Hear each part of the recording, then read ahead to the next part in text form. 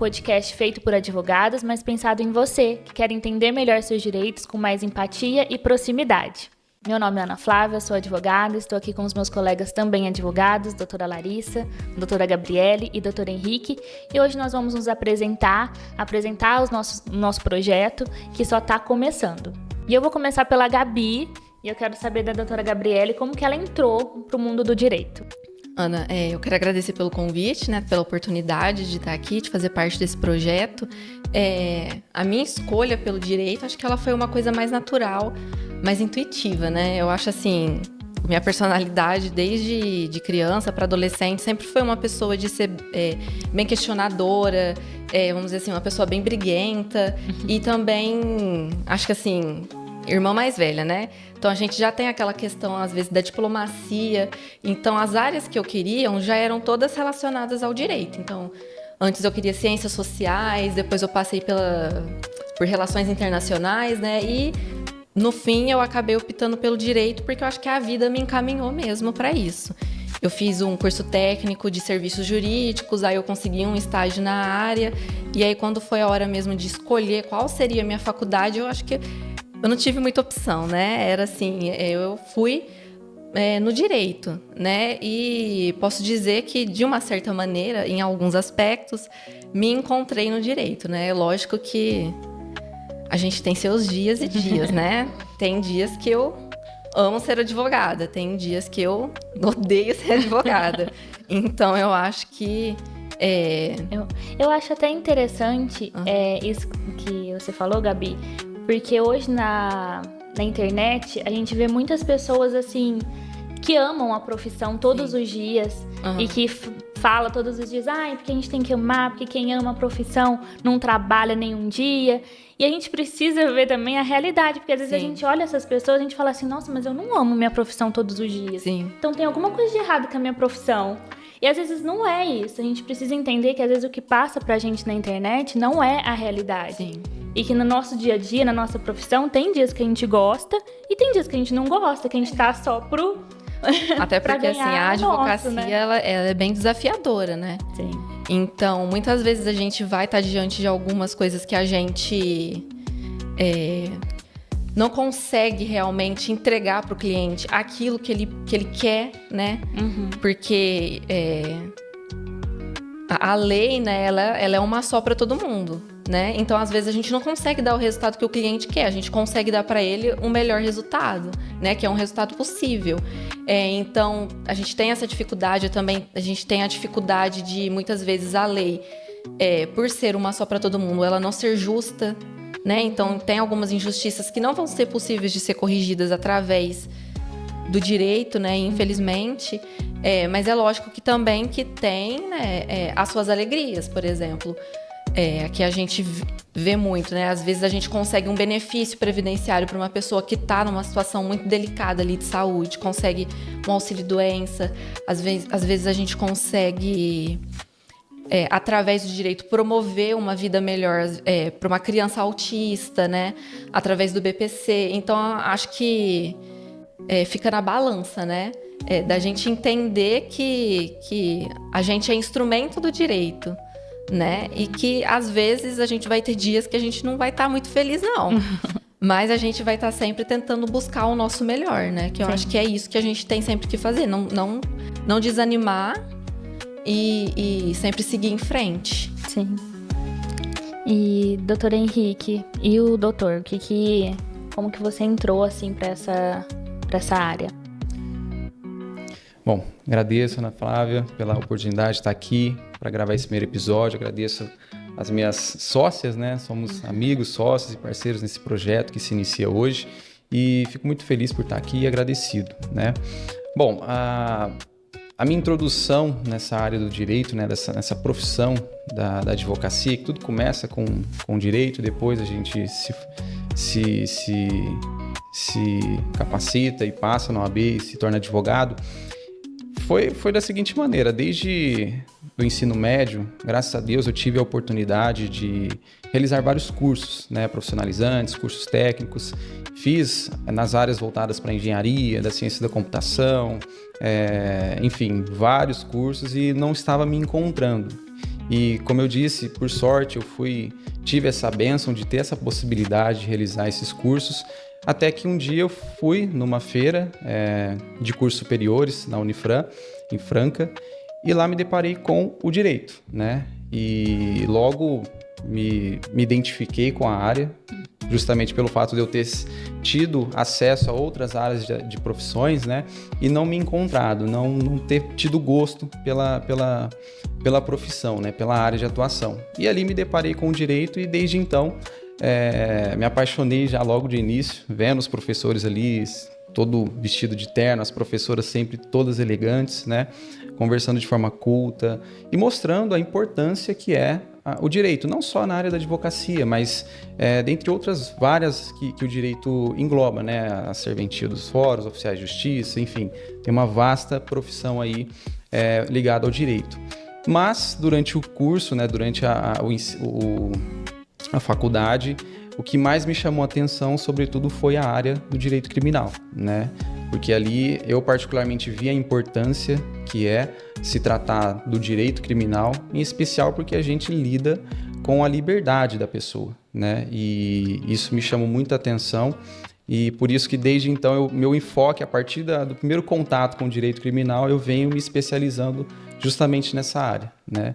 Então, muito me agrada estar aqui e expor essa minha vivência inicial com essa área do direito com vocês. Então, o BPC ele é um benefício muito importante, né? Um benefício assistencial muito importante. E vamos começar falando sobre os requisitos. Então, doutora Larissa, quais são os requisitos para fazer jus a esse benefício?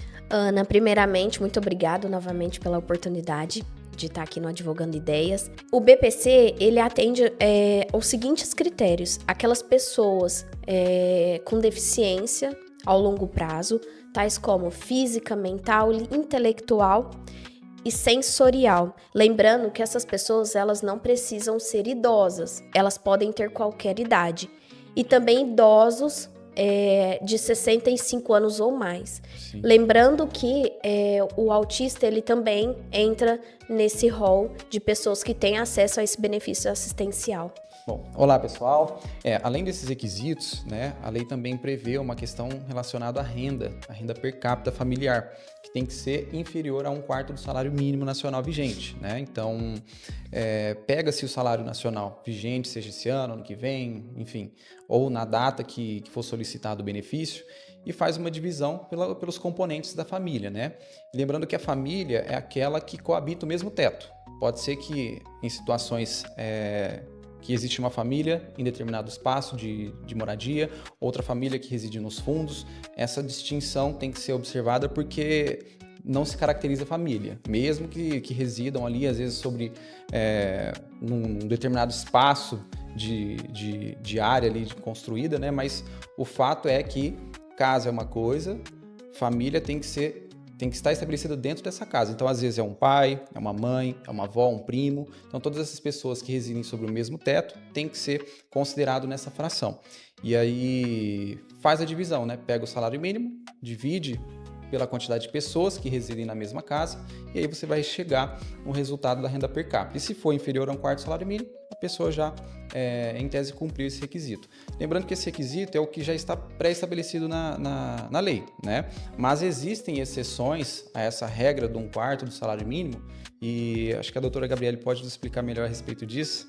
É isso mesmo, Henrique. Esse critério da renda per capita, apesar dele ser um critério objetivo que está estabelecido na lei, ele pode ser flexibilizado. Então, antes de entrar no assunto, oi para todo mundo que está assistindo a gente, esse critério ele pode ser flexibilizado. Como que esse critério vai ser flexibilizado? Vai se analisar, além da renda que aquela família ofere, também quais são as necessidades daquela família. Então, aí a gente pode considerar aluguel, pode considerar gastos mensais com alimentação, medicamento, consultas médicas. Aí você consegue o benefício do BPC Loas, apesar dele ser um benefício assistencial, a análise é feita pelo INSS. Então, quando a gente entra com o pedido ali no INSS, ele vai fazer essa análise da renda, mas a gente também pode colocar alguns custos, e esses custos ali vão fazer meio que um desconto da renda que essa família recebe para você chegar ali, fazer a divisão por cabeça de todo mundo do grupo familiar para chegar na renda per capita daquela família e a partir disso decidir se ela se encaixa ou não no critério econômico, que seria 1/4 do salário mínimo. Agora, quando a gente passa para a esfera judicial, essa flexibilização ela é analisada mais num todo, né?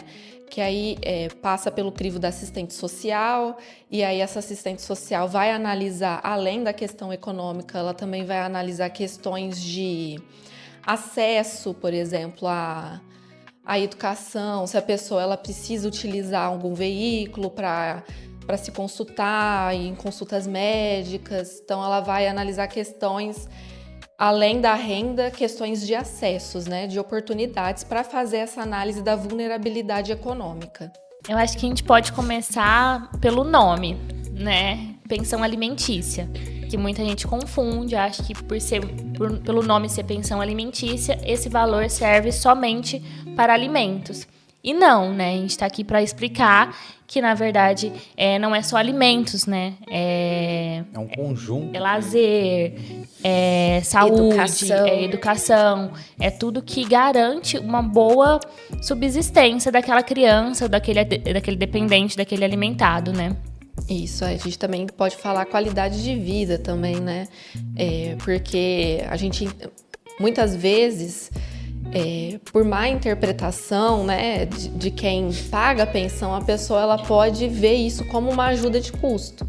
Mas não é uma ajuda de custo, né? É uma obrigação legal que a pessoa tem como genitor ou genitora, né, em algumas situações, de ter que prover para aquela criança, para aquele adolescente, uma qualidade de vida. E muitas vezes a qualidade de vida compatível com o estilo de vida que essa criança tinha, né, quando residia ali com os pais, né, com a pessoa que paga a pensão, ou um estilo de vida compatível, mesmo não tendo morado junto, mas compatível com o estilo de vida, a qualidade de vida de quem está pagando. Né? Lembrando que o direito à pensão alimentícia, ela não somente é a favor do menor, mas também ex-companheiro, irmãos, idosos, e a obrigação para pagar, né? Não só o pai, não só a mãe, mas os avós também entram nesse rol aí que está descrito lá no CPC. Isso, e aí eu mencionei, né, criança e adolescente, mas a pensão também pode ser paga a filhos adultos, né? Dependendo da necessidade. Que a gente vai entrar melhor nessa questão, mas a pensão alimentícia ela é paga conforme a necessidade de quem recebe e a capacidade econômica de quem paga. Então, muitas vezes os filhos adultos estão ali fazendo faculdade, né? E existe a necessidade de ter o recebimento dessa pensão. Ela vai ter aí o direito a receber a prestação alimentícia. Aproveitando o ensejo ainda, né?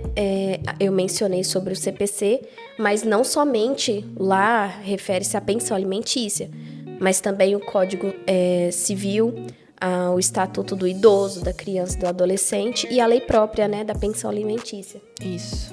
Dentro dessas legislações, doutora, é importante até enfatizar a questão do Estatuto do Idoso, que ali prevê a obrigação dos filhos em relação aos pais, né? Aos pais idosos, que não têm condições ou minimamente condições de suprir as próprias necessidades, ou seja, não tem condições de auferir renda, ainda não alcançou uma aposentadoria ou não recebe um benefício assistencial. Então entra a figura da família como um todo, em especial os filhos em relação aos pais.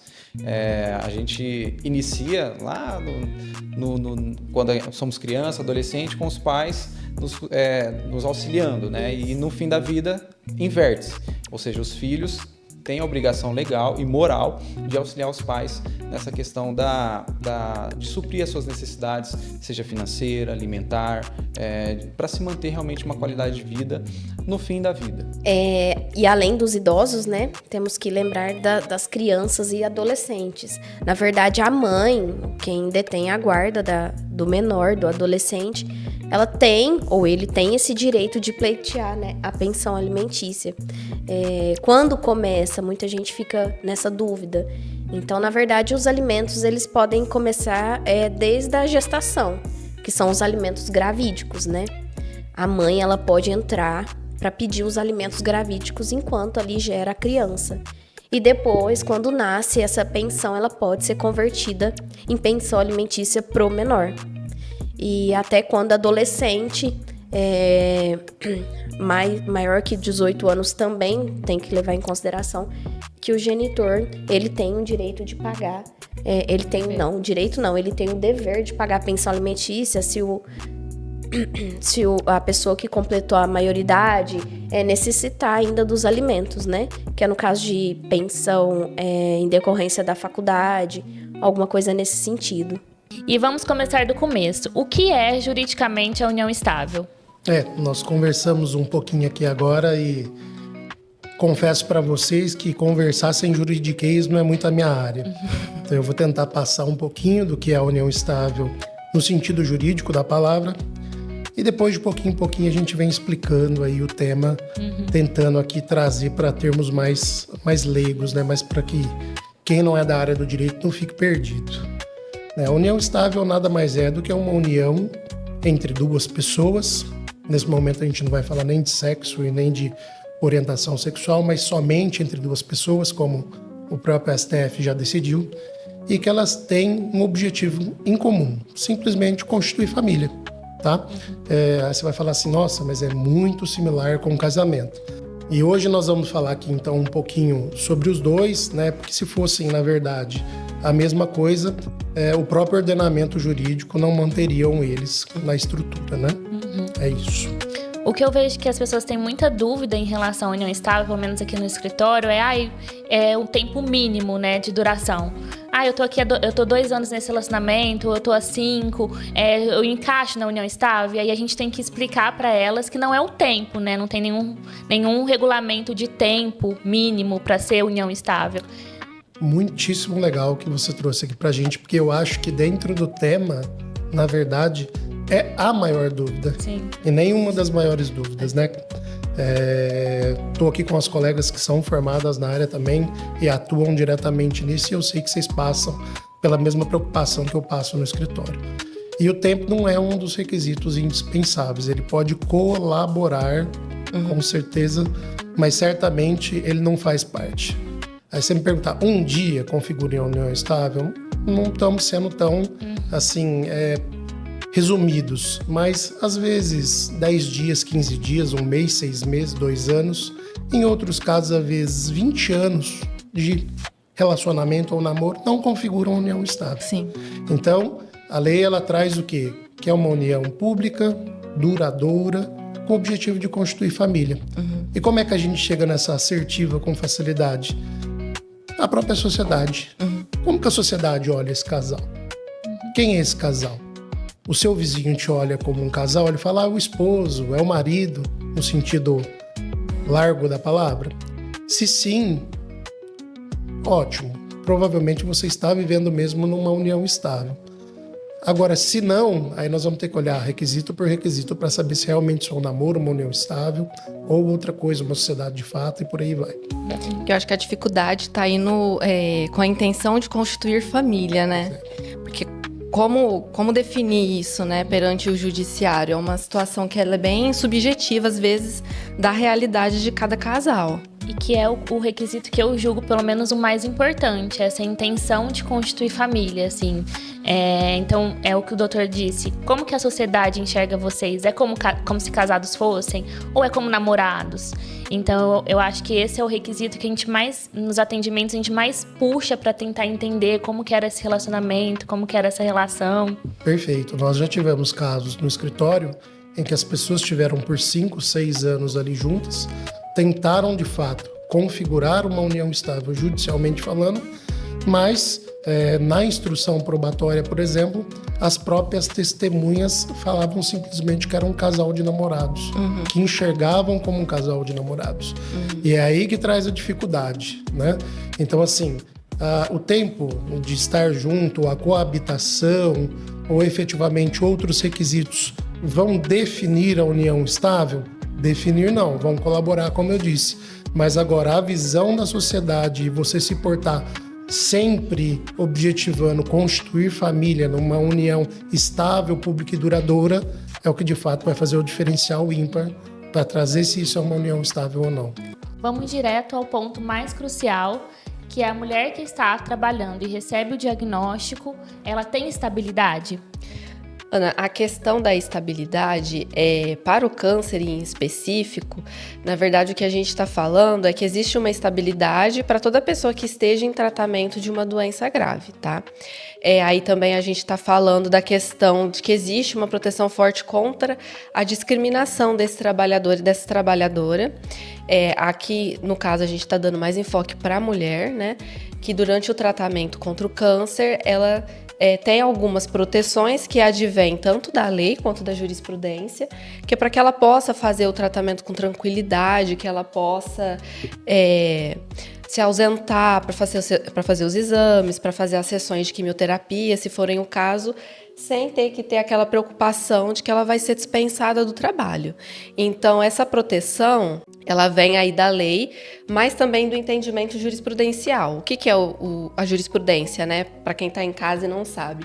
Jurisprudência consiste num conjunto de diversas decisões judiciais que vão formando um mesmo entendimento, tá? Então, a gente tem o entendimento sumulado, que é para casos de doenças graves que a pessoa ela tenha estabilidade, aí no caso HIV, câncer, tá? Então a lei ela traz essa garantia. É importante mencionar, né, que o foco de tudo isso é a dignidade da mulher. Porque imagina, já passa por um tratamento, por desafios ali, e o direito ele entra ali como um resguardo para essa mulher, como uma garantia financeira, essa estabilidade que o emprego, né, que a lei impõe para a mulher, para se estabilizar ali financeiramente, emocionalmente. Então o direito ele está ali para poder dar um apoio, um suporte. Então, assim, é correto a gente dizer que essa proteção ela é mais em relação à dignidade dessa mulher, né? A discriminação dela. Isso, a lei ela evita aí porque, como a gente diz, é algo que a gente vê no dia a dia, né? Às vezes a mulher ela sofre alguns tipos de preconceitos, vamos dizer assim, até na questão, às vezes, de gravidez, né? E aí agora questões também relacionadas à doença. E como a gente está no mês de outubro, né? Que é o Outubro Rosa, a gente traz essa luz aí para a questão do câncer de mama, então é importante falar também dessas questões de doenças graves, né? De evitar a discriminação. Então, caso essa trabalhadora ela venha a ser dispensada e essa dispensa ela ocorra por conta dela estar fazendo um tratamento, ou seja, às vezes ela está faltando bastante para fazer as sessões de quimioterapia, ou às vezes ela está indisposta, ela não está rendendo o tanto que eles gostariam. E essa pessoa, essa mulher, ela é dispensada. Essa dispensa ela pode ser considerada nula. Logicamente que vai ter que passar pelo crivo da Justiça do Trabalho. Mas se apresentando ali, no caso concreto, que a dispensa dela decorreu em detrimento da doença, essa dispensa ela pode ser considerada nula. E aí o que acontece? Se considerar a dispensa nula, ela tem o direito de ser reintegrada ao posto de trabalho. Caso ela não deseje ser reintegrada, porque imagina, né? Às vezes o clima não está muito legal depois de tudo que aconteceu, ela não se sente mais à vontade de estar no local de trabalho, ela pode ser indenizada, né? Então aí vai ter uma reparação indenizatória. E aí a indenização ela pode ser o dobro do valor que ela receberia, né? Aí a gente está falando de salário, verbas rescisórias. Então a lei ela traz essa sanção para ser uma questão bem rigorosa, para punir rigorosamente o patrão que dispense a mulher que esteja em tratamento contra o câncer.